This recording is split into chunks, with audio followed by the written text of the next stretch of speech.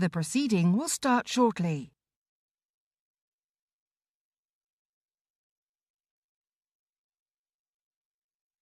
The proceeding will start shortly.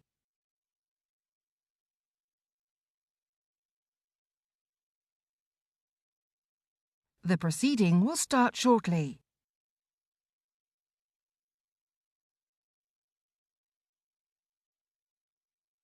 The proceeding will start shortly.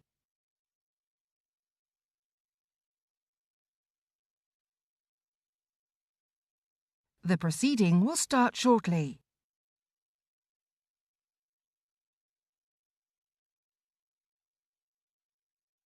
The proceeding will start shortly.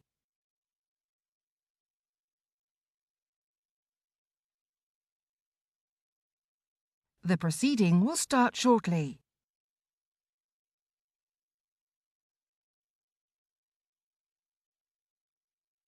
The proceeding will start shortly.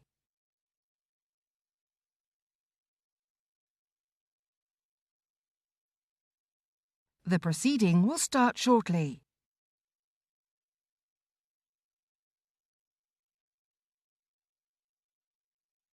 The proceeding will start shortly.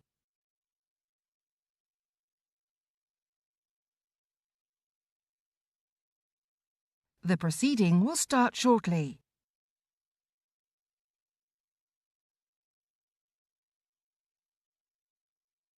The proceeding will start shortly.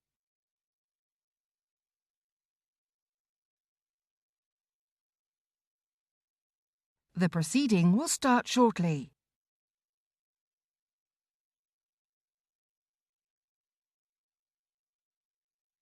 The proceeding will start shortly.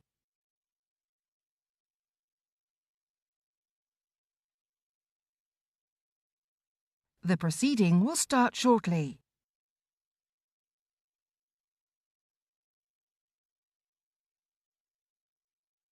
The proceeding will start shortly.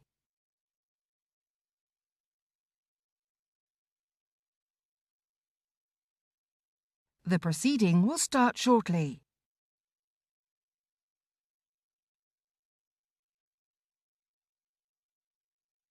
The proceeding will start shortly.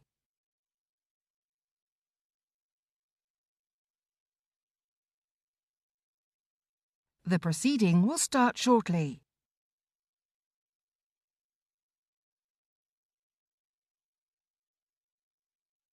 The proceeding will start.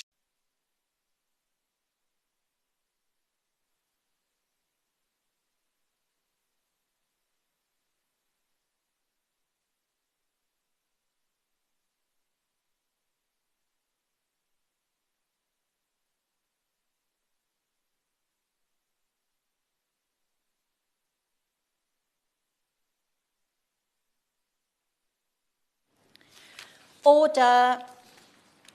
Before I call the honourable member for Newcastle upon Tyne to open the debate, I wish to make a short statement about the sub judice resolution. I have been advised that the petition is being debated today indirectly relates to the death of Oliver Steeper last year. An inquest relating to the death of Oliver Steeper remains open, and a police investigation into the circumstances surrounding his death is ongoing. So members should refrain from making any reference to the circumstances surrounding his death. Catherine McKinnell to move the motion. Thank you, Chair. I beg to move that this House has considered E-petition 615623 relating to the regulation of childcare settings, and it's an honour to serve under you as Chair, Ms Harris. This petition, signed by over 109,000 petitioners, states the government should not reduce the existing adult-child ratio as has been suggested. There are surely better ways to reduce the cost of living. Potentially endangering children in trusted care is not how it should be done. I want to first and foremost express my deepest thanks to Zoe and Lewis Steeper, who started this petition and who are here in the gallery today.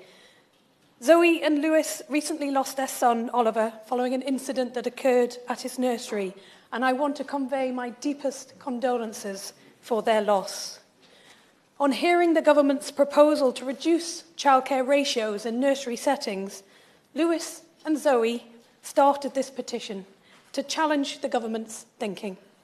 Over 109,000 people, and I'm sure more, agree with them, but that number has physically signed in support.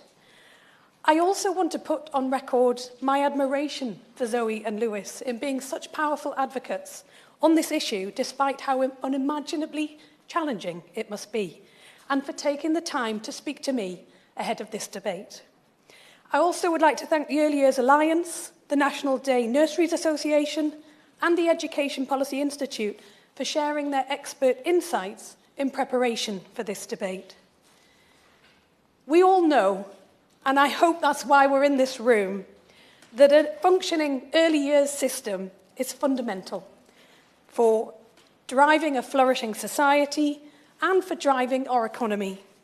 We need to stop thinking about childcare as some sort of luxury, but instead as the fundamental foundation for the best start in a child's life and the best chance for our economy.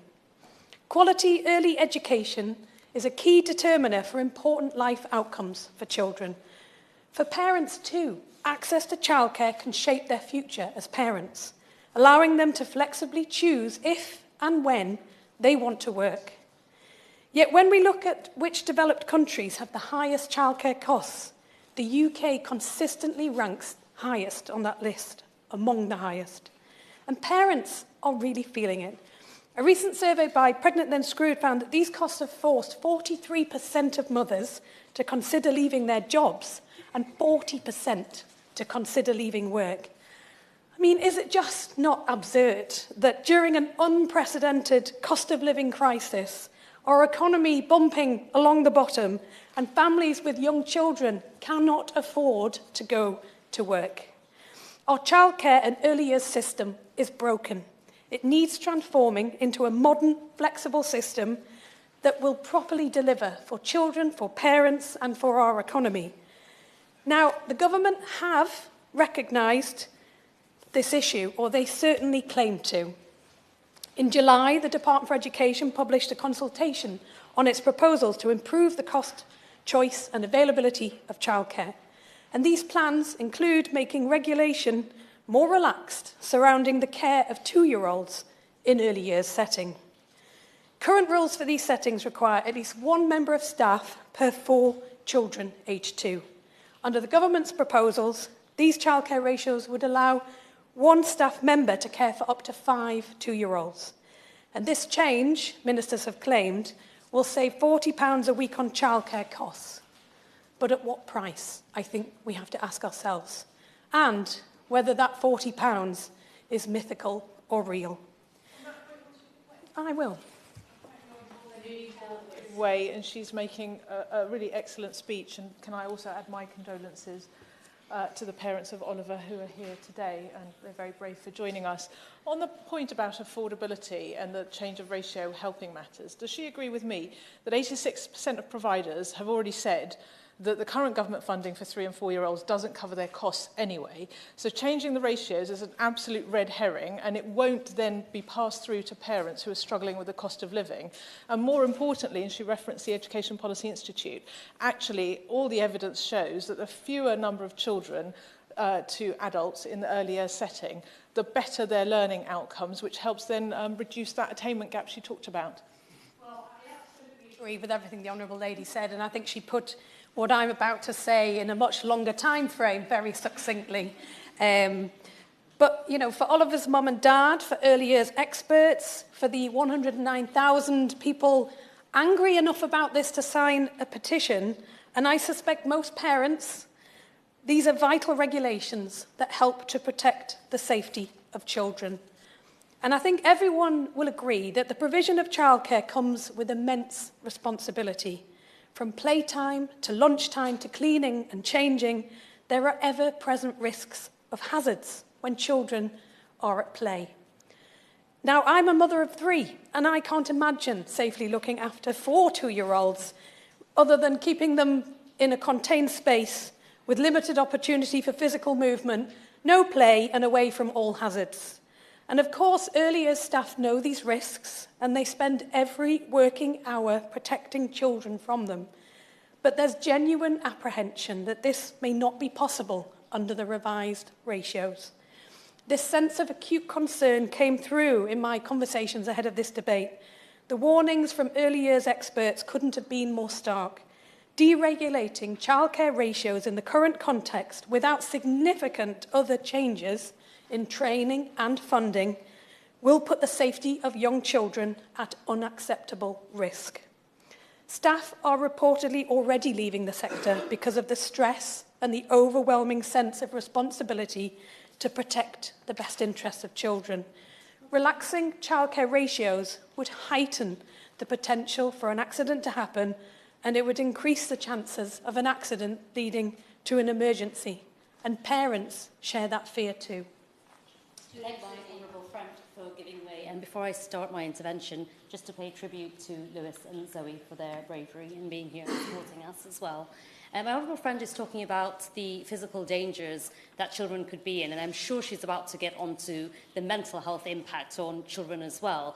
And I just wanted to reference an email I received from my constituent called Magda, who's a child psychotherapist, and she got in touch with me when she knew about the debate because she's extremely worried about the impact of increasing adult-to-child ratios on the mental health of vulnerable young people.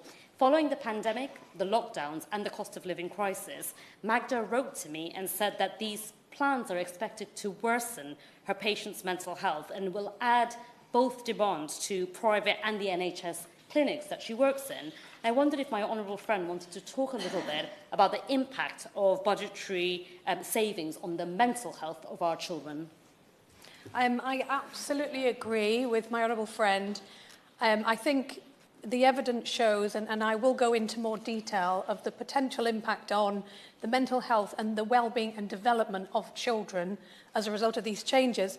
But I think there's a much broader argument about the mental health of the childcare workforce and managing additional levels of stress and responsibility, and of parents who have expressed their concern and anxiety about these changes. And I will go into that step that a parent takes when they put their child into a childcare setting, and they have to be confident that it is right for their child.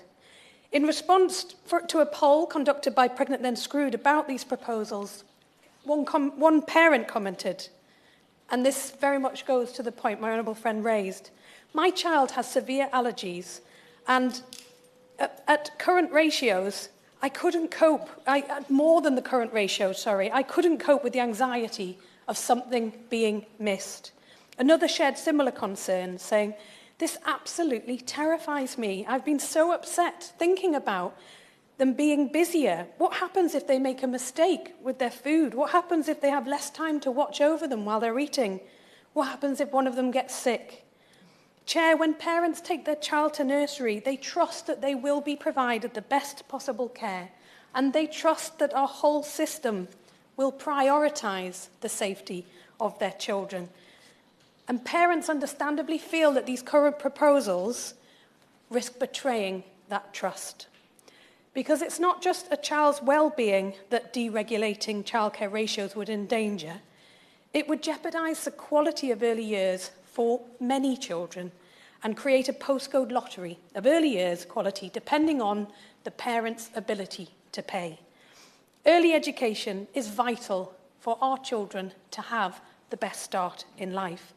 It's also vital to ensure they have a fair start in life, and that is as universal as it can be across the board.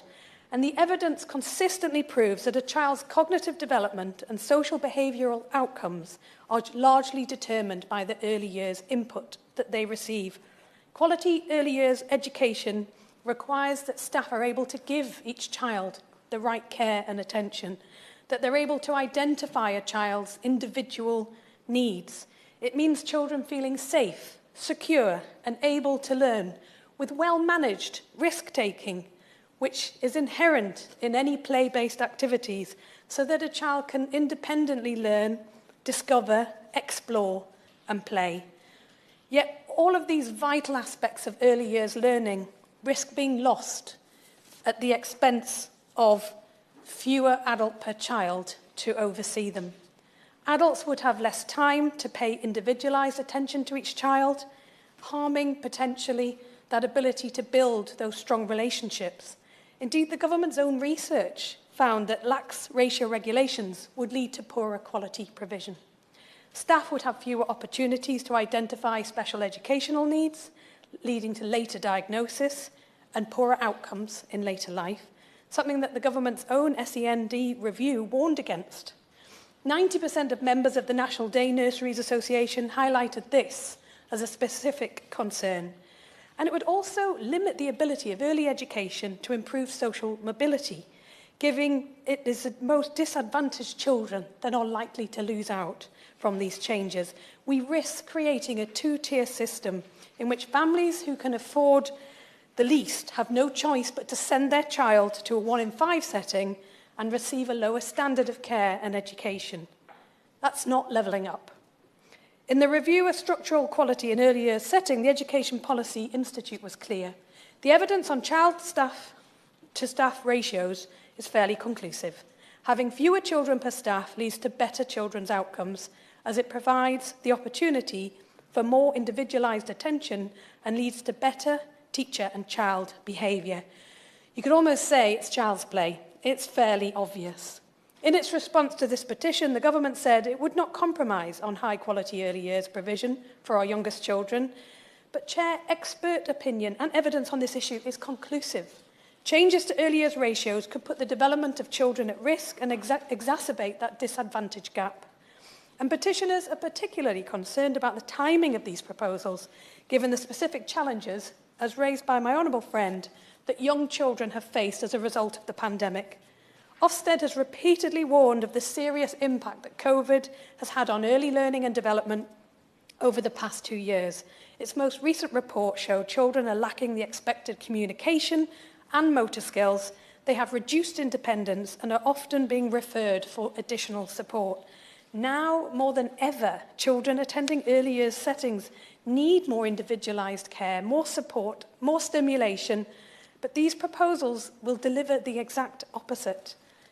Is it really the future we want for our children? We have to also recognise the impact that these proposals would have on early years staff. For many years now, the childcare sector has been desperate for support to tackle its growing crisis in recruitment and retention. A survey carried out by the Early Years Alliance found that 8 in 10 providers find it difficult to recruit staff, with over a third of the workforce actively considering leaving the sector. A third. This has directly impacted the availability of childcare, as more settings are struggling to offer their normal sessions and parents are becoming unable to access any services at all. And the Early Years Commission found that work demands are a key factor in that turnover. Wages are painfully low, averaging less than the minimum wage, and the chance for professional development is almost non-existent. And those who are left in this ever-shrinking workforce are simply exhausted. In the words of the Commission, early years practitioners are underpaid, overworked and undervalued. And yet, under the proposed changes to the ratios, these demands will only increase. Already stretched staff will be forced to care for even more children with no promise of improved pay, development or working conditions. It cannot be overstated just how damaging this would be for staff morale when feelings of neglect by the government are already widespread in this sector. And it will have devastating consequences for the childcare system. In a survey of nursery and preschool staff, 75% told Early Years Alliance that they would likely leave if ratios were relaxed in their setting. I think just take that in for a moment. 3/4 of our early years workforce potentially gone. Chair, our childcare system is already on its knees and it's desperate for support. It's desperate for change, but I simply don't know how it would survive the exodus of staff if this is the change that the government is proposing. So, having touched on the main concerns highlighted by parents and providers, I do want to reflect on what the government has to say about these proposals. In response to the petition, the Department for Education said that changes to childcare ratios will only align England with that of Scotland. It emphasises no evidence to suggest that the Scottish model is unsafe, but rather it has high parental satisfaction rates. The department also highlighted that England's statutory minimum staff-to-child ratios for 2-year-olds are amongst the highest in Europe. So certainly at face value, taking them at face value, these claims appear to be true. Yet I can't help question the sincerity of the government when it's making comparisons that it must know is comparing apples with pears. Let's look at Scotland and the example. It's true that north of the border, childcare ratios require only one member of staff to be present for every child aged 2, every 5 children aged 2. Yet these settings are also required to have a lead practitioner qualified to degree level, and all other entry-level workers must have the Scottish equivalent of an English Level 2 NVQ. These qualification expectations far exceed those in England, where successive governments have failed to upskill early years practitioners into a professionalised workforce. Here, childcare providers caring for children aged 2 are expected to have at least one member of staff who holds a Level 3 qualification, and only half of the other staff members are required to hold an approved Level 2. And these differences don't just stop at the entry of the workforce. The early years staff in Scotland can expect continuous professional development through the skilled investment plan. All staff delivering the funded entitlement of childcare are guaranteed the real living wage. Scotland also has a different curriculum, a different quality framework, and progress is measured against an entirely different set of criteria. As Jane Malcolm from the National Day Nurseries Association has said, these systems' equivalences are, as I put earlier, like comparing apples to pears. It's a very different system in place to ensure quality for children. It is not just a numbers game. And this, I would call, cynical attempt to cherry-pick individual aspects of an early years model continues with the reference to Europe. Another comparison in which the headline figures just do not reflect the more complex truth. To begin with, our child-led, play-based approach to early years provision differs to the adult-led, table-based focus often evident in countries across Europe. With a greater focus on riskier play-based approaches, is it not natural that children in England would have the requirement for tighter supervision? And these system differences continue. Again, staff in Europe tend to be more qualified, generally to degree or master's level. The OECD's also noted that European settings tend to have a wider team of support staff who aren't actually included in those child ratios. For example, French settings have additional ancillary staff who support with tasks such as food preparation and nappy changing. And these are some of the very duties that early years staff in England have highlighted as being of the greatest risk. But what about a European country which, despite all these considerations, genuinely does have less regulated childcare? If we look at the example of the Netherlands, where in 2005, a series of reforms led to an increasingly deregulated early years system. A major part of these reforms were the relaxation of ratios, though these were for childminders rather than within childcare settings. Nevertheless, the consequences of these changes are worth considering as part of this discussion. The Institute for Public Policy Research found that the 2005 reforms had variable impact on childcare quality and actually led to a rise of unsatisfactory providers by 43%. The process of deregulation also increased the amount of part-time and low-paid work, especially among women, and these are all outcomes that I would hope we're trying to avoid, not exacerbate. And even if we consider childcare ratios in early years settings, the outlook is similarly bleak. In the Netherlands, only one adult is required to care for 8 2-year-olds, a ratio significantly more relaxed than England. Yet one look at worker satisfaction tells us it's not working either. At the end of 2021, the early years workforce actually went on strike to protest against workload pressure. And how did their trade union propose solving the problem? By reducing the number of children per adult and hiring additional staff. Chair, it seems telling that where we have evidence of a deregulated system, these measures seem to have worsened the problems within the childcare service, not improved them. And given that the government has proved unable to cope with the litany of strikes across our economy already, might I suggest it would want to avoid triggering some more? And finally, I want to interrogate just one more of the Department for Education claims, which I'm sure the Minister will respond to in due course. And perhaps it's the boldest and has been referred to already. The claim that these reforms would save parents £40 a week in childcare costs. Now, I don't want to bore everyone with the maths that's gone into these calculations and how this number has been worked out, but I do think it's important to understand where it comes from. It's been calculated on the basis that staff costs per child would be reduced and that these savings would automatically be passed on to parents. There are, however, a number of assumptions that have gone into making this calculation that should be questioned. To begin with, there's an assumption that childcare settings would go ahead and implement these changes. That's the first assumption. It would happen across the board. Is it likely to happen? Firstly, not all settings will have the physical capacity to increase the numbers of children under their care. And given that there are also legal limits for a safe space for each child that the government has not consulted on, it cannot be guaranteed that all preschool settings will be able to even have the space to implement these changes, putting into question that £40 figure.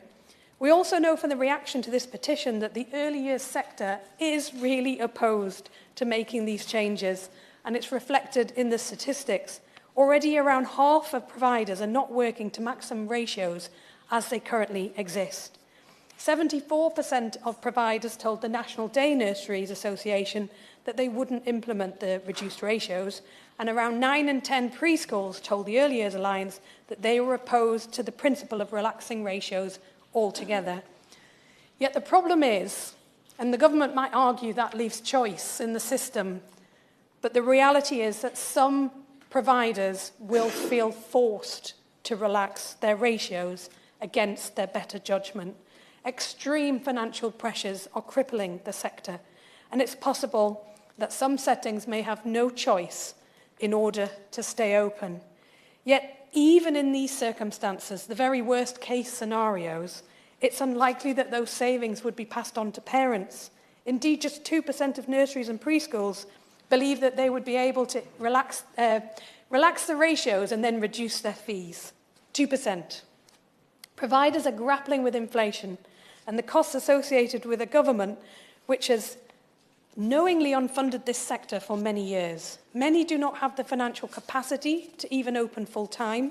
Any improvements to income that relaxing childhood ratios would bring would be spent on maintaining their own survival. So these plans, to me, seem completely unworkable. They're not entirely unsupported. With all they are entirely unsupported. As I searched far and wide in preparation for this debate, and I couldn't find one expert that thought they were a good idea. I found many experts that tried to work out why it might be a good idea, but nobody that concluded it was. I'd be really interested to hear the government's presentation of the evidence that suggests it is. Deregulated ratios will unlikely be implemented, at least not by choice. And if they are, they don't seem set to deliver what the government is promising, which is reduced costs for parents. And the government knows this.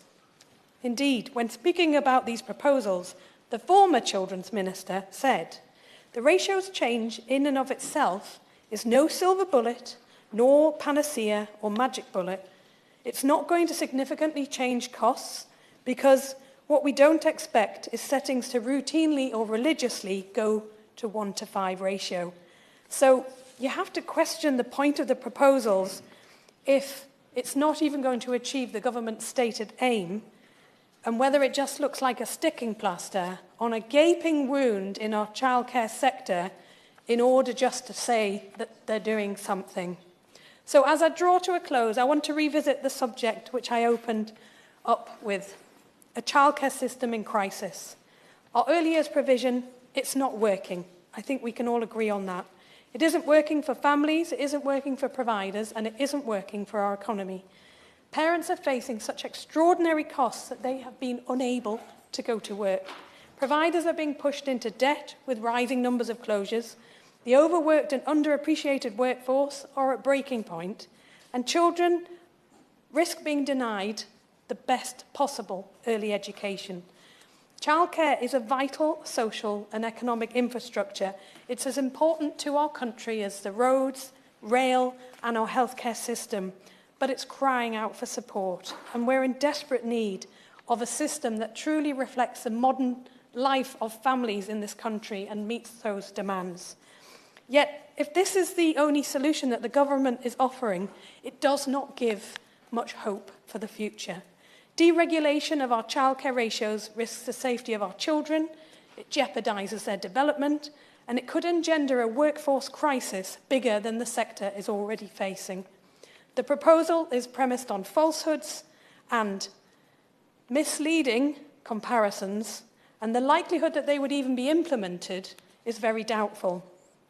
Despite that, the Prime Minister claimed it's an ambitious plan. I think most people can see it's far from that. The government absolutely should be taking steps to strengthen our childcare system and improve the quality of early years provision, but to try and get rid of standards and weaken standards is just a race to the bottom, of which our children will be the biggest losers. I think our children deserve better than this. So in response to this petition, I have a few questions to put to the Minister. Can the Minister confirm that within the existing childcare system in England, that relaxing childcare ratios as proposed would not put the safety of young children at risk, as parents and expert opinion fears? Can the Minister confirm that any proposals to change childcare ratios will not harm the learning and development of children, as the early years sector and parents fear? Has the government assessed what impact changing early years ratios will have specifically on children with educational needs and disabilities and those from disadvantaged backgrounds? And given the response to the consultation to this petition, will the government still claim that these changes will save families £40 a week, or will it revise that figure in light of the evidence? And can the Minister provide any analysis about the impact ratio changes would have on the early years workforce? And finally, if it does push ahead with these changes, will the government also propose alongside it professional development of our early years workforce, including funding the provision of paediatric first aid training? And as Chair, in concluding, I wanted to put one final question to the Minister, which comes from Zoe and Lewis, Oliver's parents who started this petition and are here with us today, and it does rather cut to the chase. Would government ministers be happy to put their 2-year-old child in a 1 in 5 setting? Thank you. The question is that this House has considered E-petition 615623 relating to staff-child ratios in early years childcare. And I'll call Steve Brine. Thank you very much, Ms Harris. It's a pleasure to see you and pink hair in the chair. Thank you. Not often you say that in here. It's nice to see you, and thank you very much to... I'm sure that light never comes on. Thank you to the petitioners, including a number of my constituents, actually, who have signed this petition, and to those who've come to watch today, and of course, to Zoe and Lewis for being here today. They are indeed very brave to do it. I'm speaking as a constituency MP for Winchester, and of course, in my capacity as chair of the all-party group on childcare and early education. And the place where I would start is that what I always say in these debates is that early years education should be thought of and seen in terms of quality, not in terms of quantity. Investment early in a child's life pays dividends later on when they move in through the system. But the impact upon a child's future is absolutely priceless. Now, internationally, the UK has the second lowest level of government investment in the early years, but the highest level investment from parents. And therefore, I guess parents have every right to ask for the very best. And I know this is what the early education professionals that I speak to all the time seek to provide. And I declare my interest in that I am married to an early years worker. So I better be good. My view is that increasing ratios would have an adverse effect on this quality. And seeing as the ratios are where they are now, it is incumbent on those who wish or propose to change them to explain why I'm wrong in that thesis. The last Prime Minister and the Prime Minister before last stated intention to change the ratios, potentially abolishing them altogether, would not, as hoped for, in my opinion, improve flexibility or indeed reduce the cost of childcare.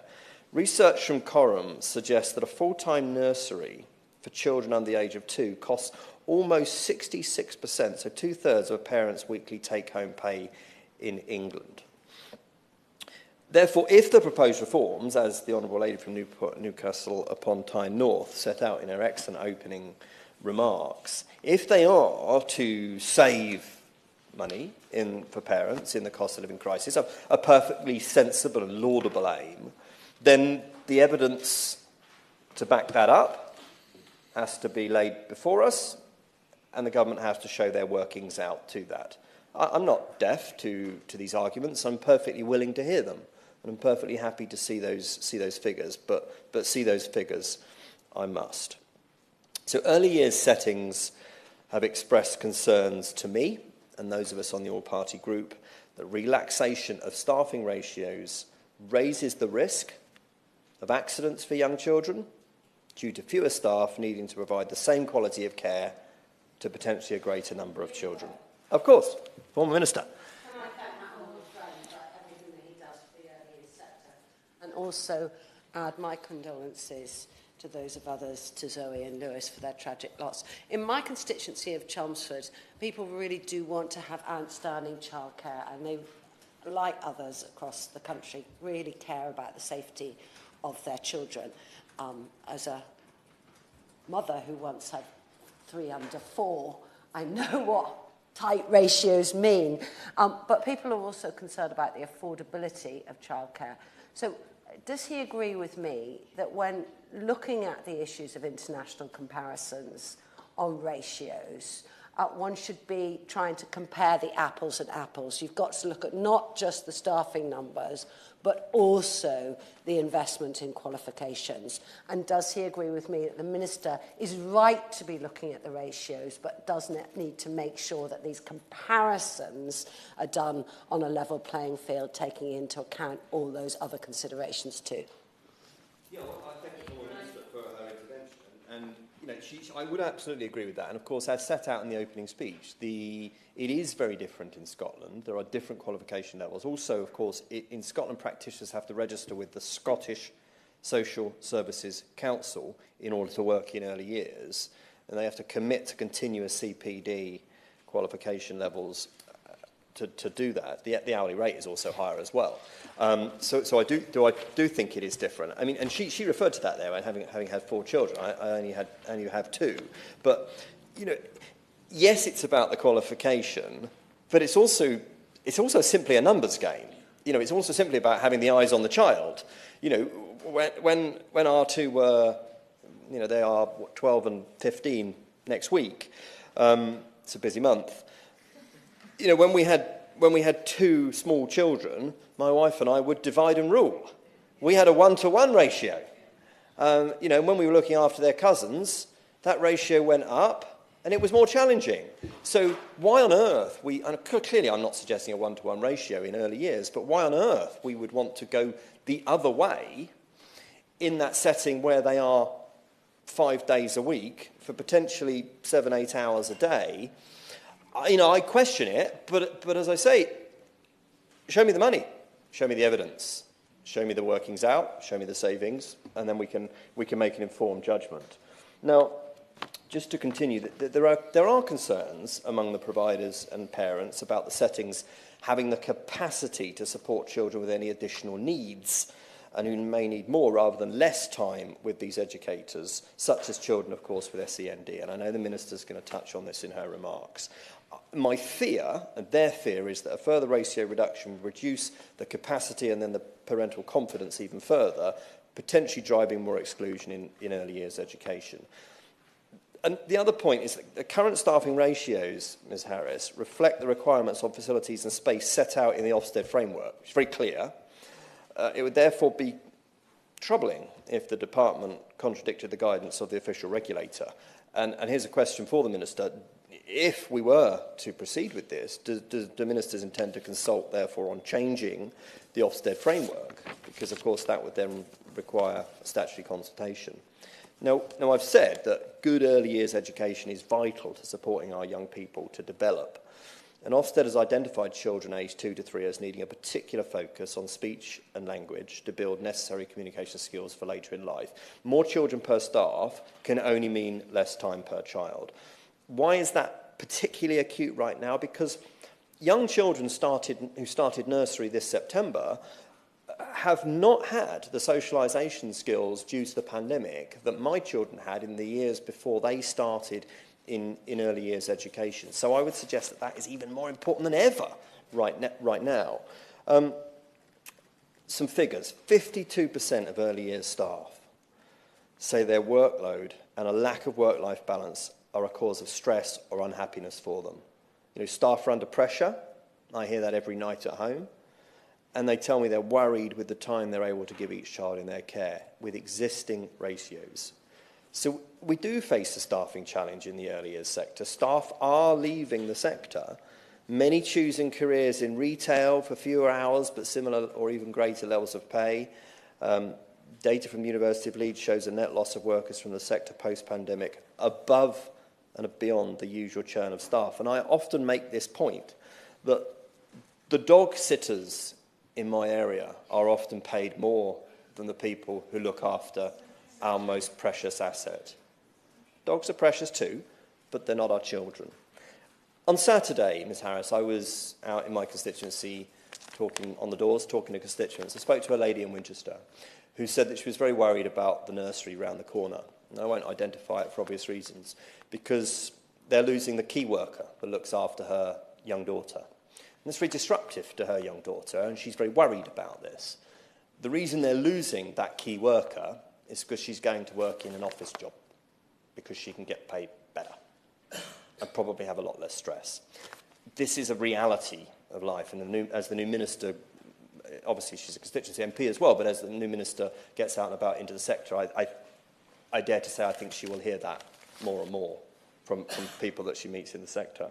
So increasing the number of children each member of staff is working with or responsible for will, I would suggest, only increase that pressure and that stress within the workforce, and then mean more of these vital workers will leave the sector already facing a recruitment and retention crisis. And that will, in turn, drive up the costs for parents and then exacerbate the financial problems in the sector. You know, with over 84% of providers telling our all-party group they expect to operate at a loss or merely break even this year. That's up from just over half in 2018.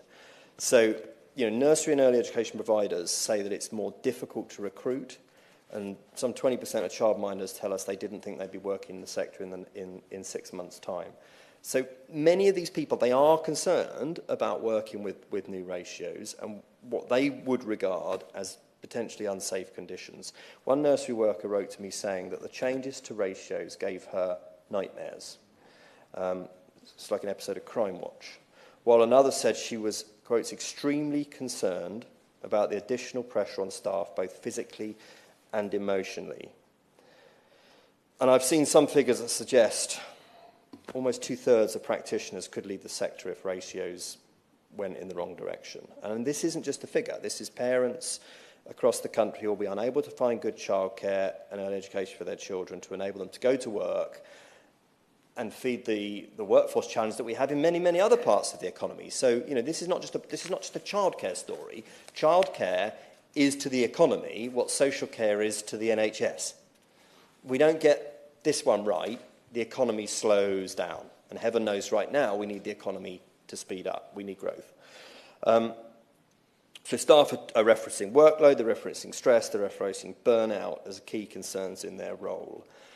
You know, and I'm not defending the current way of working as being perfect, far from it. And the all-party group that I chair is calling for, and has been calling for a while, a wholesale review of childcare and early education, and we're writing to the new Education Select Committee chair when they're elected on Wednesday to request this. I've already spoken to some of the people that are standing for that position, 2 of whom are in this room. In my opinion, in conclusion, we don't need a change in ratios. We need a wholesale, fact-based review of childcare and early education, which focuses upon the workforce, the parents, and ultimately the most important stakeholder here, the children.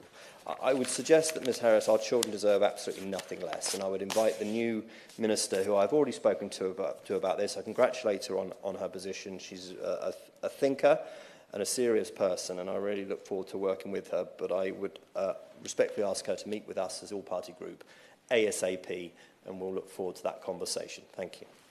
Justin Tomlinson. Thank you, Ms Harrison. It's a real pleasure to serve under your chairmanship today. And first of all, as a parent myself, my heart breaks for the unimaginable loss that Oliver Steep's parents suffered. It's every parent's worst nightmare. And I want to pay tribute to the Honourable Member for Newcastle upon Tyne North, who was passionate in advocating those very serious points that would have driven 109,000 people. That is a huge number of people for this petition, and that is why so many of us are here today. And I believe it's the debut for the Minister, and there's nothing worse than when you are asked direct questions. But I thought I would help with one of the key questions that the Honourable Member for Newcastle upon Tyne North said, would I want my daughters in a setting with a change ratio? Absolutely not, and I very much hope we can get clarity around there. But first of all, I want to pay tribute to the new Minister, who was kind enough to come and visit my constituency on Thursday. She came to Imagination Childcare Nursery in Morden, a fantastic nursery, and I can tell you, the owner, Becky Cruz, and her wonderful team were incredibly proud, because the Minister not only took time to tour all of the rooms, engage and interact with the children, including biscuit decorating with my own daughter, Margot, who was very excited to meet one of my London office friends. But she also took the time to have a round table with Becky, with Councillor Joe Morris, who owns the Play Steps Nursery, also in my constituency, and she, believe me, is a resident expert on all things nursery related. I don't think I've ever been lobbied as hard as I have done by Joe. And it was a real opportunity, and I've hosted countless ministerial and shadow ministerial visits over the years, but genuinely the Minister was willing to listen, to be challenged, to take on board, and even though she is so new to the brief, had a complete oversight of the things coming forward. And I am very excited for her response to this debate. No pressure there. And it was the principle of challenges and opportunities that we covered. And first of all, the key one that is being discussed today around ratios. And I echo the comments that the Honourable Member for Newcastle upon Tyne North has made in this area. I'm in complete, total agreement on that area. And I think we should just simply rule out those changes. And I think it's telling that if Scotland is held up as some sort of panacea of brilliance, where are the Scottish MPs today to advocate how well that has gone? And I pay tribute to the National Day Nurseries Association, who've done some detailed research, which was, pretty black and white in terms of 90% of providers find it hard to recruit level 3 staff, and 52% of staff who are thinking of leaving and are unhappy are because of the workload. And clearly, if you change those ratios, the workload goes up. And my honourable friend for Winchester was absolutely on the money when he talked about how hard it is when there's 2 parents going for 2 people. How on earth do they do it day in, day out? And if we change those nurseries, and actually we saw on the visit, the big challenge comes, particularly in those ages, where toilet training, which then requires them to be taken out of the room. So those eyes on the prize are not actually in that room, and the children don't necessarily all time them on set breaks. Believe me, we know. And therefore, I just think this, it's all about quality, and I cannot see a single argument that would say that this would improve quality. And for all of us, we all visit our local schools, and particularly if you talk to primary schools, the emphasis they put on where children are in terms of their expected levels, those early years are so incredibly important, and to catch up further down the line is incredibly difficult. Now, I do recognise that the government has been trying to make a significant positive difference in this area. Over £20 billion spent over the last 5 years. The rapid expansion of the 15 and 30-hour term time free childcare, the crucial changes within universal credit that allows those to claim up to 85% of childcare costs have been a real game changer to help get more people, more working parents back into work with greater flexibility. However, there is still the funding challenge around predominantly these are relatively low paid jobs, and therefore, as we have rightly increased the national living wage above inflation year in, year out, that has exceeded the increases of funding that the government has provided, which has put on real pressure onto nurseries, and the rules are very strict about how they could secure additional income to balance the books, and this all puts pressure onto the capacity. And both speakers have highlighted the fears of nurseries leaving the sector. And I represent a constituency that has a transient population. People tend to move to my constituency, so they don't necessarily have a network of older generations who can step in. So their ability to work, ability to contribute to a growing economy is predicated on having access to childcare. And it can be difficult. There are waiting lists. It is not a given that you can secure. In schools, you can always secure a school place. That is not the case in nurseries. And therefore, we have to get a grip around that funding.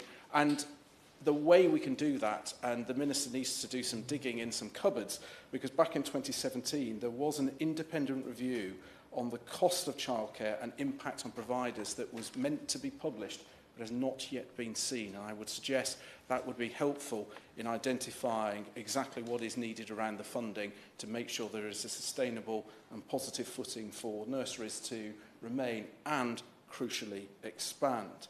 Now, where we can help is on issues around Ofsted. It was highlighted, not unreasonably, that that is a real fear factor for staff.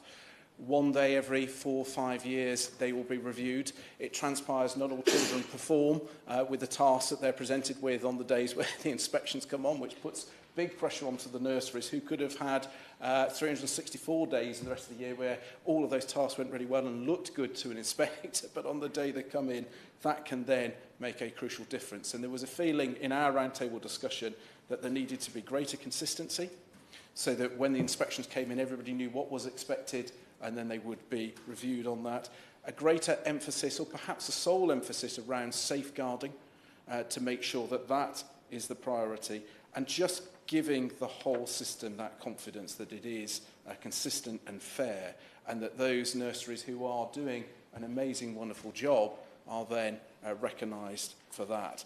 We also need to play fair between school-based nurseries and nurseries in independent settings. I've raised before in parliamentary questions in the main chamber around the fact that standalone nurseries have to pay business rates.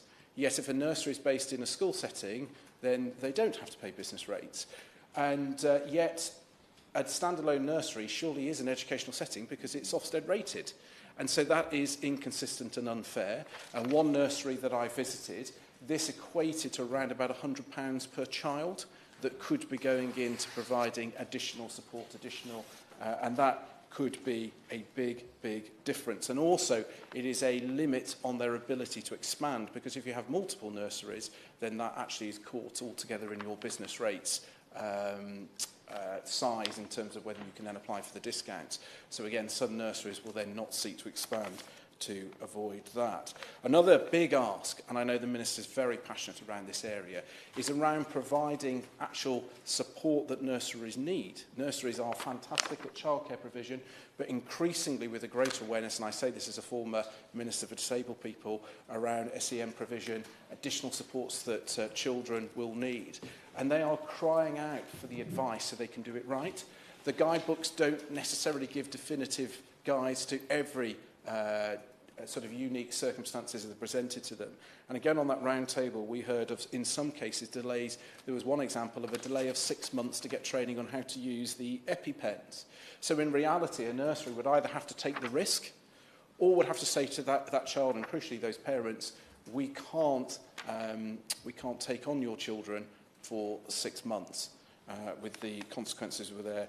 Too often there's backlogs in accessing the diagnosis, and it is a frustration to the nurseries that they are day in, day out working with the children. They're often first to identify additional support that's needed, but they aren't given greater weight in the process. There should be a two-track process so they can feed directly in. They could populate much of that evidence. That would actually take some of the pressure off the system that's trying to deal with those backlogs. And finally, both Becky and Jo highlighted if there was the better support in place, greater consistency, some movement on the funding, and we didn't go down that path around the ratios, they are both desperate to expand because their respective nurseries are full. And again, going back to my honourable friend's powerful speech from Winchester around that if we're going to support a growing economy, we need to provide this provision for an increasingly flexible workforce, then we need people like Becky and Jo who've got amazing nurseries to be able to expand. We all benefit from that. Thank you. Yeah.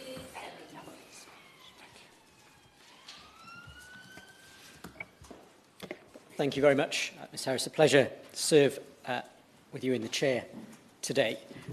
I'd like to just open by adding my condolences to Mr and Mrs Steeper. I hope that one of the messages that will go out from the debate today is a recognition that there are a good many members of Parliament, including myself, who are parents of very young children, who recognise that story as the ultimate nightmare, really, for any parent, and who are therefore extremely committed to trying to support the government to find a way to address this issue constructively. And what I'm going to seek to set out in my brief contribution today is a little bit of the context which I learnt about in my time in local government as a lead member for Children's Services, and also to hopefully offer some constructive suggestions to the Minister about how the government might take forward some of the issues that are raised both in this consultation and in the petition and in the debate today. So we know that the guidance around staff to child ratios stems from the Children Act, and the primary purpose of that legislation and the existence of that guidance is about managing risk. But I do think we need to be cautious about the idea that a ratio of 1 to 4 equals safe, but 1 to 5 equals dangerous. And one of the reasons I think it's particularly important to recognise that is if we look at the research from Thomas Coram and the Institute of Education, what they highlight is that the way in which this ratio is calculated varies quite a lot. Some nurseries will do it by dividing the total number of full-time equivalent staff by the number of children on roll. Others will do it by the number of staff on shift at a given time, divided by the number of children in attendance at that time. Others will do it based upon inspections, how many staff are visible in a particular space compared to the number of children who are visible in a particular space at a given moment.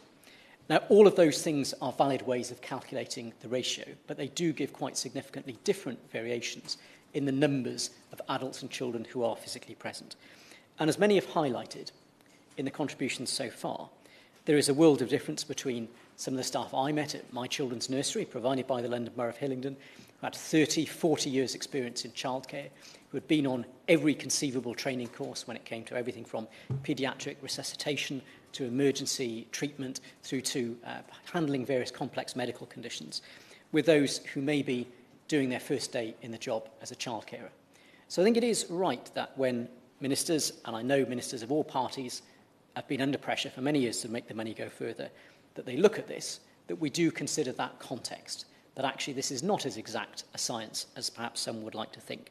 And we need to make sure that we recognise that our key approach must be to manage the risks that occur in this kind of setting so that children are as safe as they possibly can be. The member for Newcastle Central North, member for Newcastle North made the point very clearly, and I think it's borne out very well by the research, that the money that we spend on the early years has the most impact on a child's outcomes of money that we spend at any stage of education. Of course, when we look at how the funding formula is distributed nationally, it's the opposite way around. We spend most of the money in the GCSE years when it has comparatively less impact and less benefit for a child, and relatively speaking, less in the way that we support the early years. But the data that's been held by the Children's Commissioner, produced by Leon Feinstein, one of their data experts, highlights that you can predict a child's A-level results based upon their attainment in the early years foundation stage. So we have very, very good evidence that this is not merely a matter of supposition, but that there is a direct correlation between the impact that early education has with a child's outcomes as they start adulthood. But as we move forward to consider what some solutions to this might be, I think the government had to be commended for the fact that for the first time we had a comprehensive early years national funding formula, which was introduced in 2017. And that seeks to bridge the gap between the day-to-day realities of nursery life in a very complex sector where we have private, voluntary, independent providers, and then the statutory sector in the form of school nurseries. And the desire, of course, to make sure that especially women, but parents generally, are able to return to the workforce because they have affordable childcare available. And I would suggest to the government that when we look at the three elements that make up that national funding formula, we have the universal base rate, which is a figure determined nationally, which I think it is going to be challenging because it is the biggest part of that formula for government to look at. But within it, there is also an additional needs factor, which reflects the requirements of children with special education needs and disabilities, and the area cost adjustment, which is designed to take into account the differential cost of providing nursery care in different parts of the country. And as a Member of Parliament representing an outer London constituency, I know I hear daily from businesses generally, but from nursery providers in particular, that the remarkably high costs of employment make it very difficult to recruit the qualified staff and to retain the qualified staff that are required. And I would say that whilst I do recognise the financial challenges that face the government, if there is an opportunity to look at doing something with that area cost adjustment, I suspect it would make the lives of all members of Parliament in ensuring that their local nursery sector is properly supported and their local childminder sector is properly supported, that would be enormously helpful. So moving to a conclusion, Madam Chair. It is also clear that the way in which this funding is distributed, and in particular the role of early years representatives at schools forums where the decision is made about dividing up that funding, could be strengthened. And the fragmentation of the sector with very large numbers of quite small providers means that compared to, for example, big secondary schools, it's very hard to get at the table people who are real experts in the way that that funding can be distributed. But if we can do that much more effectively, then the flexibility that exists within the remit of those schools forums would enable a greater degree of support and a greater degree, perhaps, of local nuance to reflect the particular challenges that a community faces in the way that that funding is distributed, especially when it comes to the creation of new provision in response to emerging needs. So, in conclusion, it seems to me the government has done a great deal with policies like tax-free childcare, the early years pupil premium, to put additional resource into this sector to reflect the complexity of the needs of children that are there, but that there are more opportunities there that are not just about additional resources, strong though the case for additional resources is, that are about the way that that money is distributed, so that rather than having to consider easing childcare ratios as a way of making that budget go further, we can ensure that the money that is already contained within the early years national funding formula finds its way more effectively and more flexibly through the system to support this sector to do the outstanding job which we all want to see it do for all of our children. Thank you, Madam Chair. Mrs Harris, it's a pleasure to serve under your chairmanship, and I'd like to congratulate the member for Newcastle North. It's a great speech and a fantastic petition.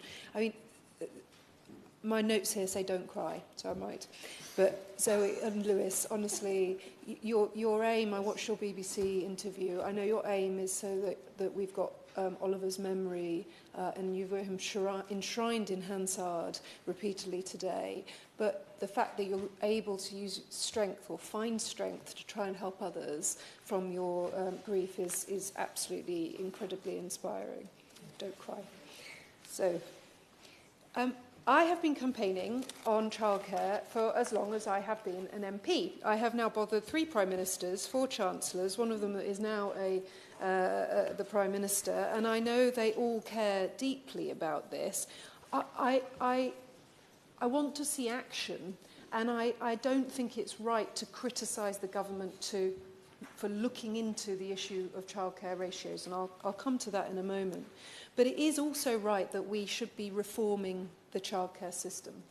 We are spending 5 to 6 billion quid of taxpayers' money on various different schemes that work for some families, has to be said, but is actually perceived to be failing for many. I'm doing some work as well on the childcare element of universal credit that needs reform, because we've got parents that are saying they cannot go to work, or it's not worth them going to work. We've got mums and dads, absolutely brilliant mums and dads, really feeling the pinch on the cost of childcare. And we know that in the UK, parents are currently spending 26% of their entire household budget on childcare and 20% for single parents. And the OECD average is 10%, so we're at 26%. Just leave it there. In the USA, it's 14%, and in Canada, it's 12%. So I've said, as I said to the Prime Minister the other day in PMQs, we've got to make this system work, because we've got to also make sure that the providers are not going belly up. And there's some fantastic Stroud childcare providers who are incredibly worried at the moment. So this is a great debate to be having. What I want to hear from the government, and it may not be all today, not least because it's the Minister's debut response to the debate, is if we're going to be changing the ratios, what is the safety impact? Show us the evidence.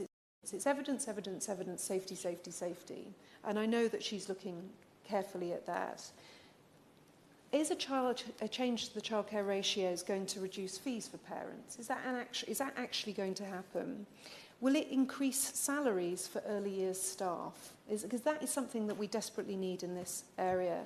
And will it offer flexibility to providers? We've heard from many of them that they don't want to take up any change to childcare ratios, but ultimately, is more flexibility good for this sector?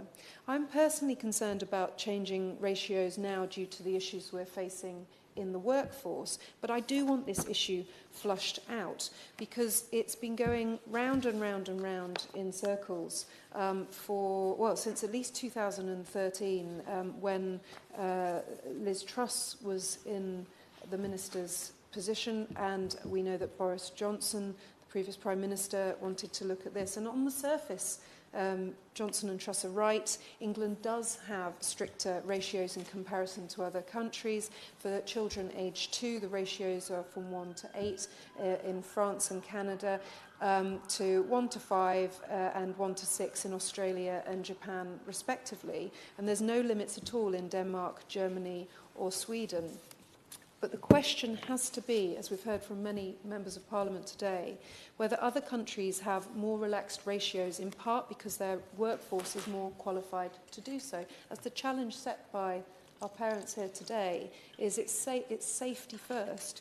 So it's wrong to assume that if ratios are relaxed, nurseries in England will suddenly be able to take in more toddlers without employing more staff, because our current workforce does not feel able to do that and does not feel qualified to a high enough standard to look after those children.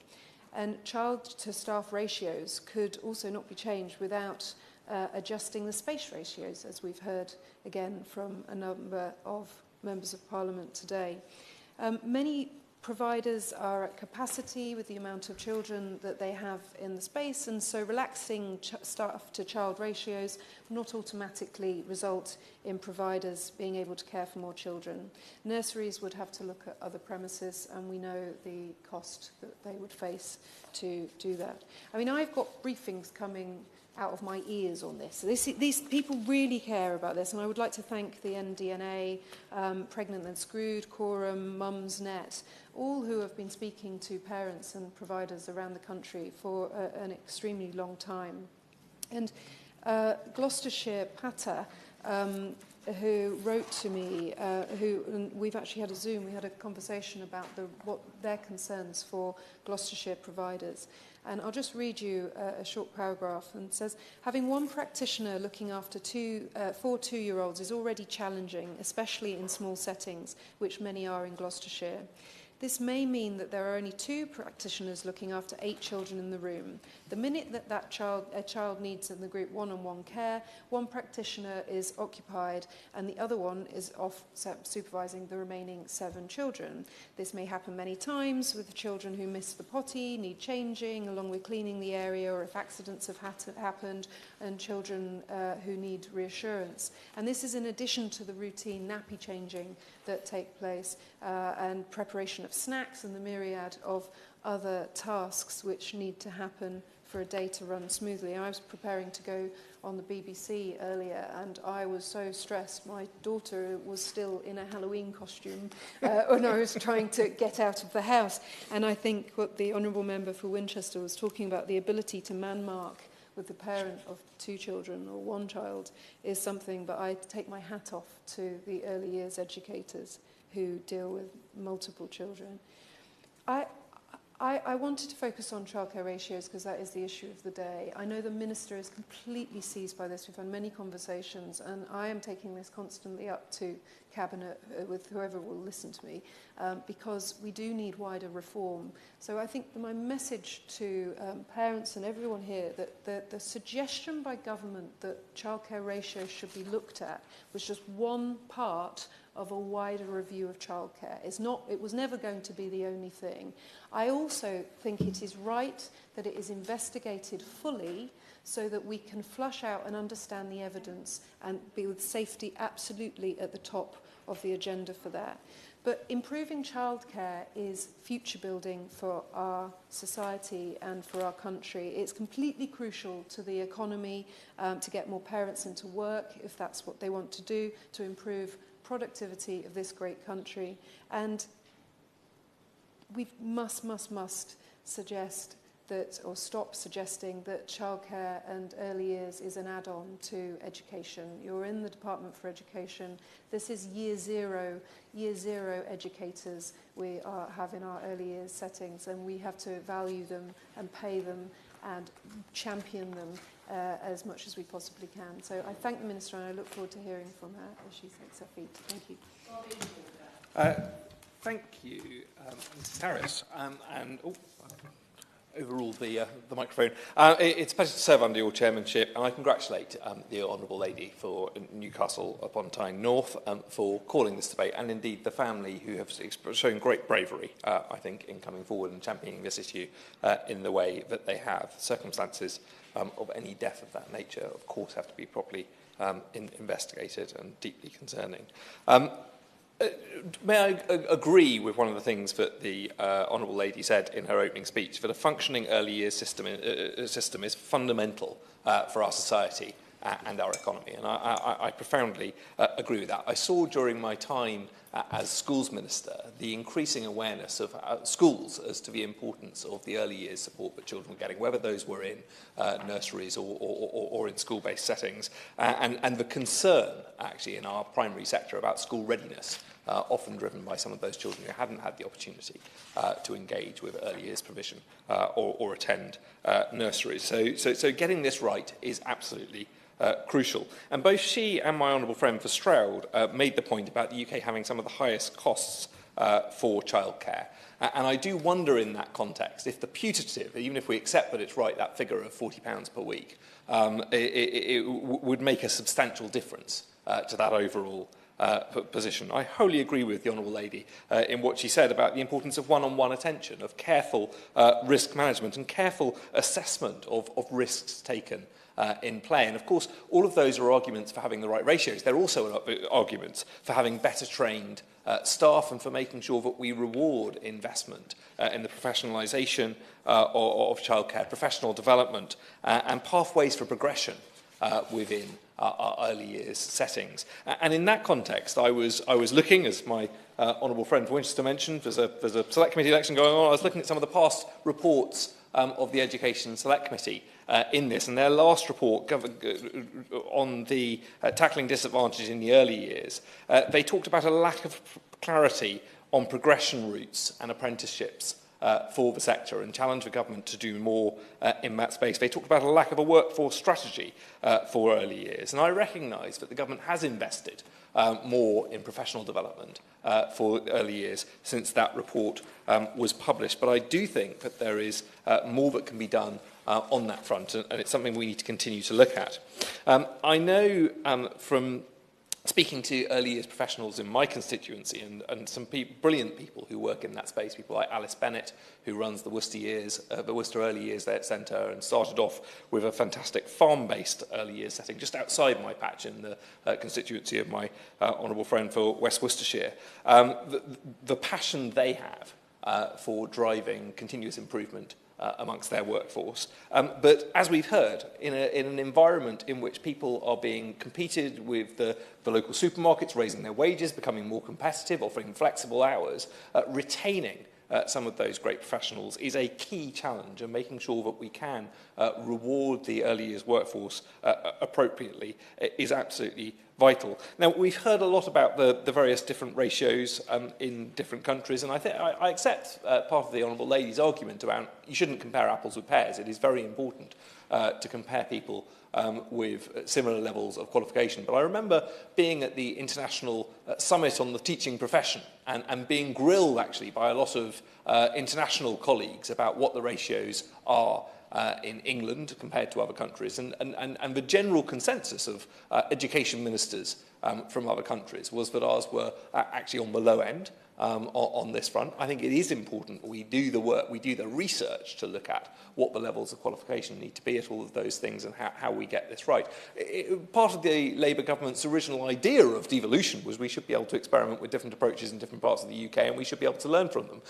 Again, I take the point that if Scotland does this with a greater degree of assurance and a greater degree of qualification, then we would need to look at those things before we simply change the numbers. But I think we should learn from what takes place in other devolved parts of the United Kingdom. We should also learn from some of our fellow English-speaking countries as to the approaches that they take, and Ireland, Canada, Australia and others. We should look at the evidence from those. Of course, the government has been investing more in childcare overall, and that is very welcome. The IFS has suggested that the actual spending on free hours of childcare has doubled since 2009, rising from 1.7 billion to 3.5 billion in real terms. And that spending and investment is very welcome. But I am concerned about the extent that that always reaches the people who need it most. In responding to the Education Select Committee's report back in April 2019, the government said that 72% of eligible two-year-olds were taking up the two-year-old offer, and that had risen from 58%. Now, of course, it's very welcome, but it's risen, but that still means that 28% of that eligible cohort, some of the most in-need people of that extra support, aren't getting it.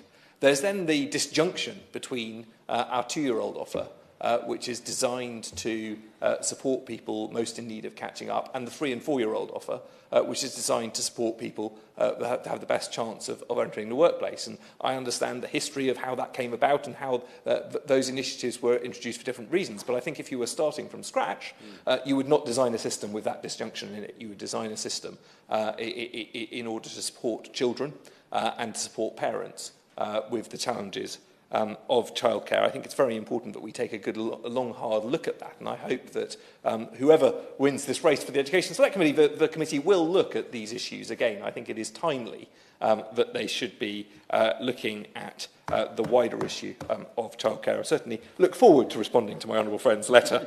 And he made a very good point as well about the lack of socialisation of children during lockdown. I know this from my own daughter, who lived with us throughout lockdown at home. And when we first took her to nursery, she came back on the first day of nursery. She said, "Mummy, Daddy, I don't like children." And it suddenly occurred to us that she literally had not engaged with any children her own age for a year at the age of 2. And that actually is extraordinary, and it was something that it took her a bit of time. I'm very glad to report, but she now gets on very well with her peers at school. But it is something that, of course, there is a need for extra support there, and I think one of my concerns as well, and something that I've constantly heard from primary school heads and teachers, is concerns about the speech and language capabilities of children entering primary school. I note that there has very recently been a call from the National Deaf Children's Society and the Royal College of Speech and Language Therapies calling for more investment in the specialist workforce within early years to make sure that we can get the right support to those children. As the Honourable Lady for Newcastle mentioned, particularly to identifying special needs and making sure that they get that early support. And actually the education system as a whole would save enormously from identifying need, making sure that the right supports and therapies are there at the earliest stage, that proper early intervention, which I know many members of this House have spoken about over time, which makes a difference. I have to say I wholly agree with my honourable friend for Rystock, Northwood and Pinner when he talks about this sort of inverted pyramid of funding that we have in the education system, and the fact that the amount that we spend goes up as children go through the education system, but actually the returns on that investment are greatest the earlier the investment is made. And it's something that I think we do need to keep looking at when we look at the funding formula to make sure that it works properly. I probably wouldn't necessarily share his views entirely on the area cost adjustment, I have to say, because I come from a part of the country which tends to lose out as a result of those formula adjustments. But I very much recognise the point that he makes.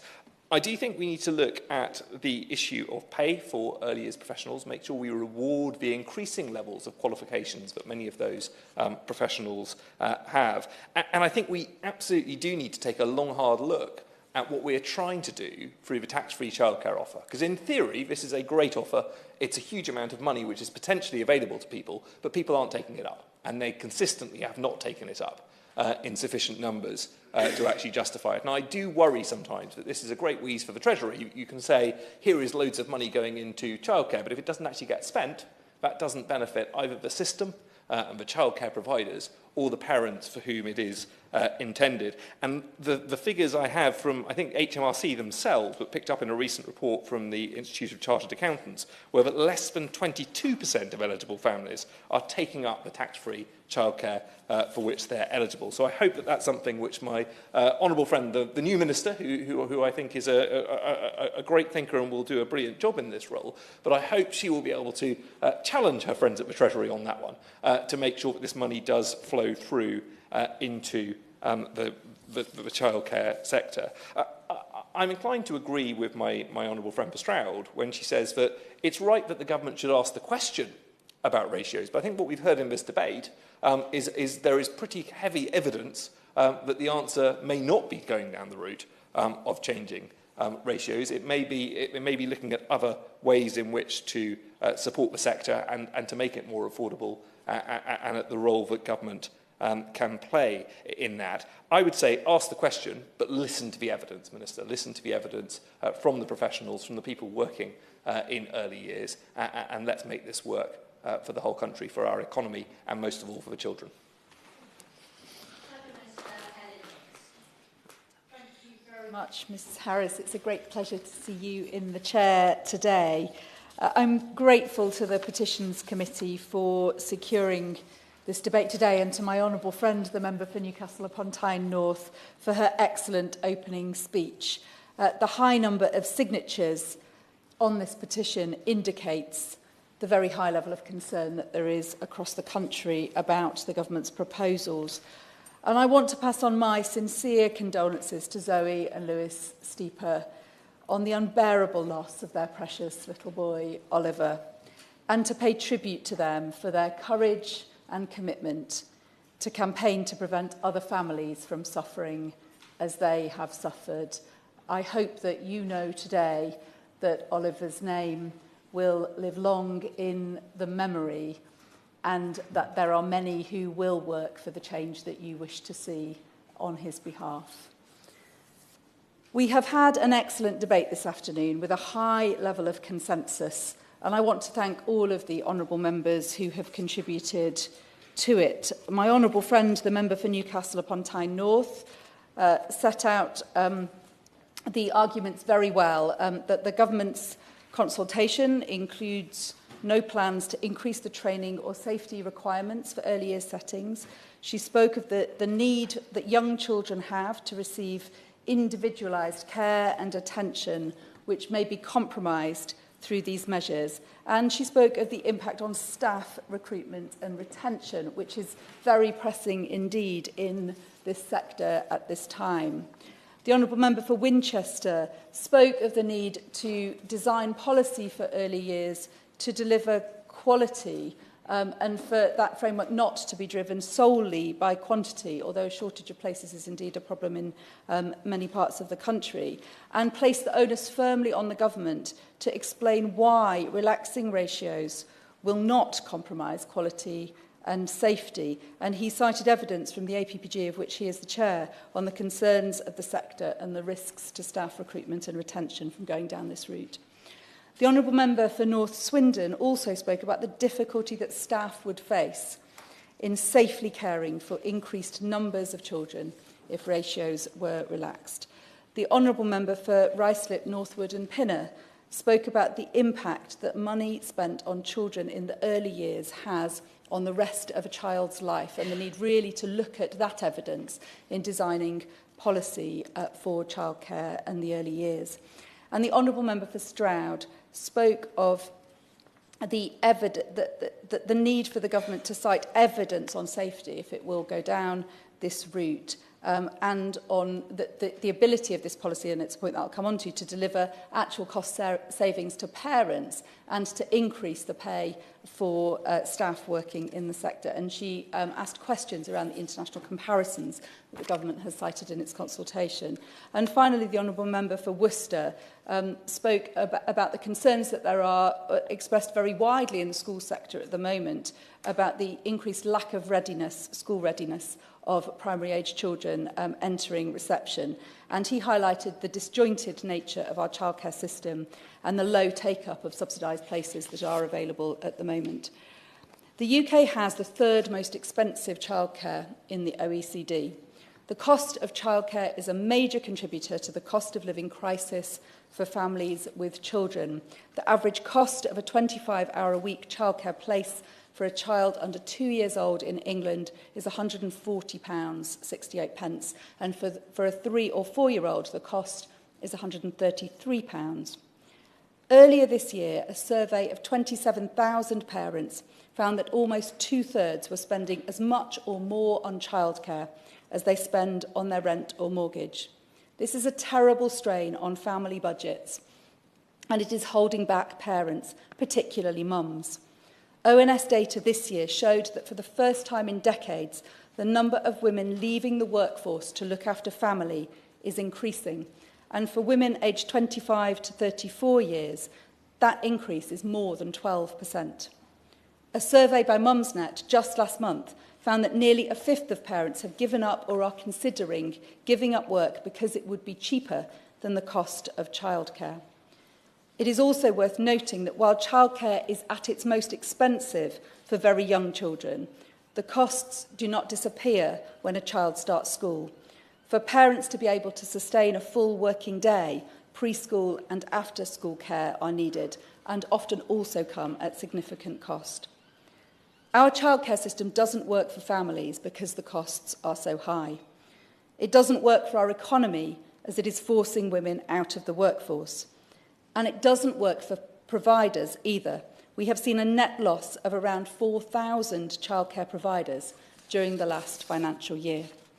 The government should urgently be exploring how to design a system that delivers for children, is affordable for families, sustainable for providers, and can help to underpin a strong and growing economy. Yet so far, the only substantive measure that has been mooted, on which there has been a consultation, is the relaxation of childcare ratios to allow more children to be looked after by the same number of staff. The government has consulted on changing the mandatory staff ratio for 2-year-olds in early years settings from 1 to 4 to 1 to 5, and on increasing the number of children under the age of 5 that can be looked after by a single childminder from the current maximum of 3. The justification for these proposals is spurious at best and at worst completely unfounded. The government has claimed that the measures could reduce the cost of childcare for 2-year-olds by 15% or £40 a week on average. Yet this claim has been the subject of a formal complaint by the Early Years Alliance, and the Department for Education has had to commit not to use it again.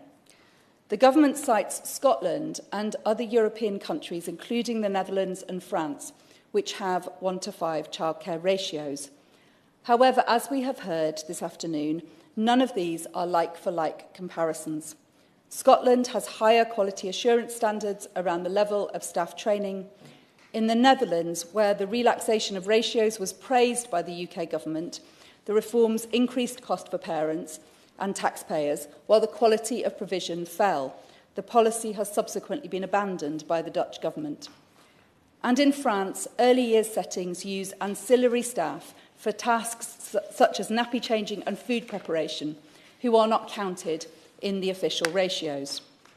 There is a wide consensus amongst both parents and childcare providers that relaxing ratios will not deliver against any of the pressing challenges facing the childcare sector. There is no evidence that relaxing ratios will reduce the cost for parents. A survey by the Early Years Alliance in May of this year found that just 2% of nurseries and preschools and 2% of childminders said that relaxing the ratios would enable them to lower fees for parents. And this is little surprise when so many providers are in a financially precarious state and the levels of closures are so high. The consultation covers only the staffing ratios and makes no comment on other requirements which determine how many children can be cared for in any given setting, such as the requirement for a certain amount of space per child or the number of toilets. Even if providers want to take advantage of a relaxation in the staffing ratios, many would face other important practical considerations which would prevent them from doing so. And most importantly of all, relaxing the ratios will increase the risk of a reduction in quality and safety of provision. Parents have expressed their anxiety about the safety of settings where staff attention would be stretched very thinly across young children who, as many a parent of a 2-year-old has said, require you to have eyes in the back of your head. Parental anxiety is understandably particularly high amongst the parents of children with serious allergies and other medical conditions, and the parents of children with special educational needs and disabilities. The policy also has the potential to make settings less inclusive, as when faced with the risks of stretching staff more thinly, settings may decide that they cannot meet the needs of children who require extra care and attention because they have an allergy, a medical condition or an additional need. I welcome the Minister to her place, and I recognise that she is very new in post. She has heard today ample evidence that relaxing ratios will not deliver the government's stated objective to reduce the costs of childcare to parents, but would potentially risk the quality and safety of childcare in some settings. She has heard that the suggestion that this policy simply replicates the situation in Scotland and other European countries is incorrect. And she has heard that a vast majority of parents and childcare providers are opposed to it, and indeed that members across this House share all of those concerns and have expressed their opposition as well. I therefore hope that she will confirm that the government is abandoning these proposals and will turn its attention instead to a serious plan to reduce the costs of childcare for parents, develop a workforce plan for the early years, and ensure that every child is able to access a high-quality early years place to build a strong foundation for their formal education. We owe it to Zoe and Lewis to take their concerns about safety seriously after the unbearable pain that they have suffered. We owe it to every child and every family in the country to deliver a childcare system that works for them. And in doing so, we will also build a firm foundation for a thriving and fair economy. Thank you. It's a pleasure to serve under your chairmanship. And I'd like to thank the Honourable Member for Newcastle upon Tyne North for opening this important debate on behalf of the Petitions Committee. And before I respond, I would also like to extend my gratitude to Zoe and Lewis for starting this petition. I can't imagine what you've been through. The death of a child, I think, is one of the worst tragedies any of us could endure. And I send you my deepest sympathies.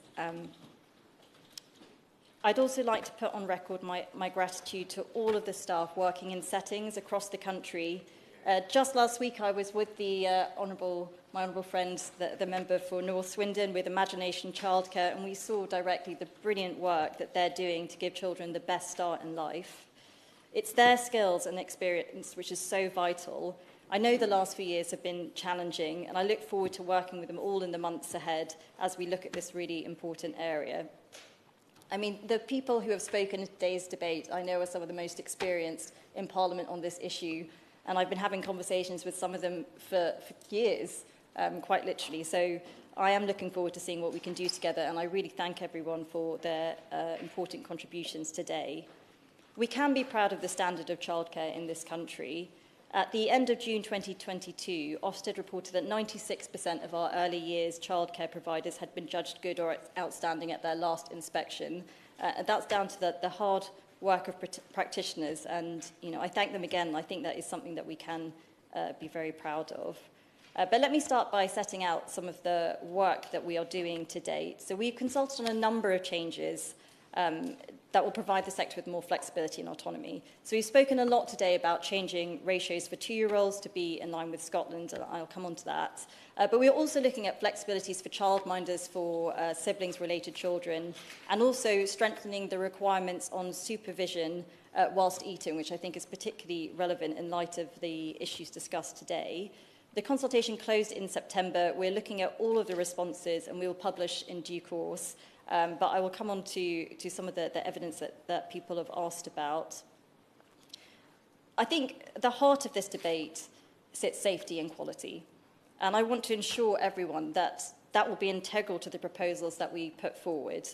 We've already been taking some steps in this area, been working with the NHS, the FSA, the Food Standards Agencies, and the DHSC on increasing awareness of choking prevention in early years. We've also published a dedicated food safety guidance for practitioners on our Help for Early Years providers through our online support platform. We've consulted on strengthening the supervision, which I mentioned, whilst eating requirements in the early years framework. And that will mean that it won't just be sight or hearing, it will be sight and hearing that a practitioner will have when children are eating. And we're also increasing the number of early years providers their paediatric first aid training. So all level 2 and level 3 trained staff since June 2016 have had to have a valid paediatric first aid training to be counted in the ratios. And lastly, Ofsted, in carrying out their inspections, are reporting on these safety requirements as well. I wanted to touch on workforce, which I think has been raised very powerfully by members across the chamber today, particularly the member for Winchester in his chair of the APPG for early years and childcare, and also the member for Worcester as well. Undoubtedly, recruitment and retention, from what I've seen, is an issue, and supporting the workforce is a priority for me and for the department. We are spending an extra £180 million on qualifications and trainings, and I think, having spoken to the brilliant Becky and Joe just last week, when we look at recruitment and retention, I think that sort of feeling of being valued, feeling that they've got training, feeling that they have a sort of work progression laid out for them, I think is really important. It's not just that sense of funding, it's also that sense of feeling valued for the work that they do. We trained 2,700 early years professionals with bespoke training and challenge in response to the challenging behaviour of the pandemic. And over the next 2 years, we aim to train up 10,000 more in the latest teaching for early communications, which I know has been mentioned today, in language and in maths. I also wanted to come on to this point about SEN. As someone who is the former Minister for Disabled People, with the member for North Swindon, is something that I'm really, really passionate about. We're funding 5,000 early year practitioners in an accredited special educational needs coordinator qualification. But again, I think it also comes back to making sure that providers have some sense of the interventions that they can carry at that early stage. One of the things that I've been very passionate about in the past was Nellie, the Nuffield Early Language Intervention, which we know is doing great work in terms of communications development at an early stage, and is something which we've rolled out to 2/3 of primary schools, and I know is having a great effect. We're also going to provide support and guidance through our experts and mentors programs and our stronger practice hubs as well. And lastly, I think there is this interesting point in the flexibilities that you give providers so that they can feel that their expert judgment is being valued. And I have followed up on this, the question of Ofsted and how we can make sure that those conversations are more of a dialogue so that actually people feel that it's an ongoing conversation to improve their practice rather than a box-ticking exercise. And then just to come on to the member for Ruislip, Northwood and Pinner and also the member for Stroud in their right quest for evidence. I do think it is right that the government looks at this issue of childcare ratios. Ratios were set out in the 1980s, and what we are trying to do at the moment is look at how they are working in practice. We are taking evidence, so we've had the consultation, which I know the honourable members are aware of, but we've also looked at the impact, and we'll be setting that out alongside the consultation. And safety has got to be paramount to what we're trying to do, but I think at the same time, thinking about the affordability of childcare, looking at some of those flexibilities for providers, looking at how we can make sure that staff feel that their judgment is being trusted, I think those things are important as well. So in that context, I think it's right that we've put forward this consultation, and of course when we come forward, we'll set out some of the results that we've had from that and also the providers' impact assessments that we've done alongside of it as well. So in summary, I'd really like to thank the Honourable Member for Newcastle upon Tyne North. I know this is a really important and emotive issue, and it matters to so many families across the country. I do want us to get this right, and I want us to look at it very carefully. And I thank all the Honourable Members today for their contributions. Thank you. Catherine McKinnell to wind up. Thank you, Chair. And I thank the Minister for that response. It doesn't necessarily answer the question or give a firm response to the petitioners today, but I am heartened to hear a listening tone on this issue because I think it's so important that this is looked at in the round. I want to thank everyone who contributed to the debate today. I know it means a huge amount to petitioners and to Zoe and Lewis that people have taken part in this debate today. It is notable that there has been a huge amount of challenge and constructive feedback from the government benches in particular. I know that there is an important election due to take place for the Education Select Committee chairship, and I wanted to put on record, whichever one is elected, and I think there's only one missing from the running, that the Petitions Committee is very keen to work with the Education Select Committee on issues where we have petitioners coming to us with quite complex petitions that need really thorough investigation and that would really benefit from the focus of a Select Committee inquiry. And we're always very keen to work together across Parliament to use all the resources that we have on a cross-party basis to really represent our constituents, but in our case, the petitioners that want to see a constructive listening debate on these very important issues in Parliament. And I have to say, it's good that the government has acknowledged that there is an issue. There clearly is an issue. And I have to say, I have grave doubts about the claim that this is an ambitious plan for childcare. Those were the words that the Prime Minister used from the dispatch box last Wednesday. And if that's his idea of an ambitious plan, what the Minister has just outlined, no offence to the Minister, but it doesn't feel very ambitious. It feels like a tweaking at the edges, a sticking plaster approach to really, as I said earlier, is a gaping wound really in our early years sector that desperately needs some whole-scale reform and review. And if you even just look at the data that shows that decline in women staying in the workforce, for the first time in decades, we are going in the wrong direction. The clock is ticking backwards for particularly women, with a 12.6% increase of 25 to 34-year-olds falling out of the workforce. In the words of Pregnant Then Screwed, it's not just a glass ceiling, it's a push off the career cliff for mothers. And that is what the current childcare system is presiding over for women. 1.7 million women, according to the Women's Budget Group, are prevented from working the hours that they would like to because of the cost or the unavailability of childcare. And they have estimated that's a cost of £30 billion to our economy every year. I think that would go quite some way to filling the big black hole that we're going to hear announcements on how it's going to be filled on Thursday. In fact, 30 billion is the figure that's being suggested is just the size of the black hole that was left by the previous Prime Minister. And so I think fixing the childcare system would go some way to improving our public finances, rather than being seen as a cost, rather than being seen as money wasted.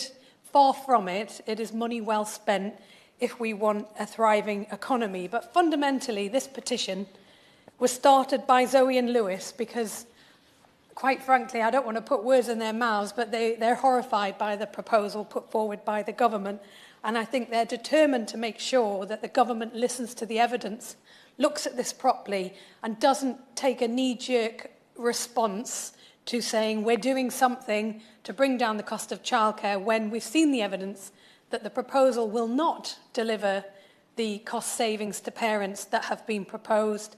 And we haven't seen any evidence that it won't increase risks to the children in care. And fundamentally, that's the message that Zoe and Lewis and all of the petitioners want the government to hear, and all the childcare providers as well that do not welcome these proposals. So, in terms of this petition, I was asked what happens now. And, in terms of a petition, this is the moment where those petitioners are heard and the government has heard. And as I said, the Minister responded. We haven't got the answer yet. And I guarantee the Minister that every single one of those 109,488 petitioners, Zoe and Lewis, all of the childcare providers, and quite frankly, every parent in this country will be watching and waiting and looking very closely at these proposals that are going to be put forward. And they will be looking for the evidence base for anything that the government is seeking to do, because nobody in this country benefits from a race to the bottom for our children and our childcare and our early years system. And I really hope we get some better proposals from the government as a result of the consultation and as a result of this petition today. The question is that this House has considered E-petition 615623 relating to staff-child ratios in early years childcare. As many are of that opinion, say aye. Of the contrary, no. I think the ayes have it. Order, order.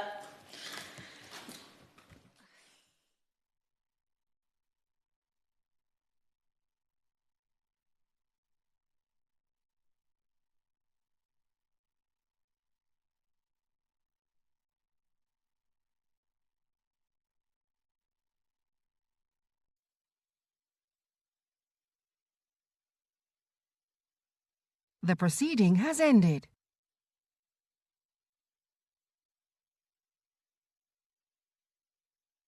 The proceeding has ended.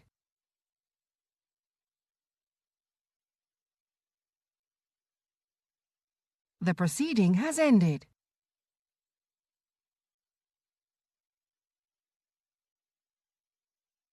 The proceeding has ended.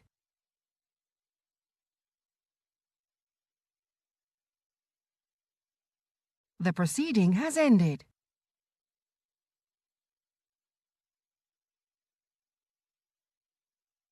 The proceeding has ended.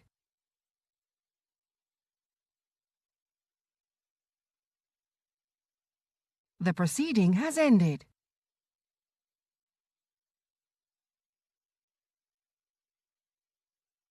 The proceeding has ended.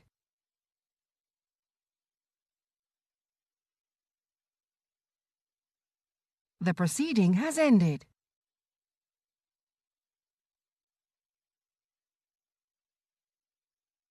The proceeding has ended.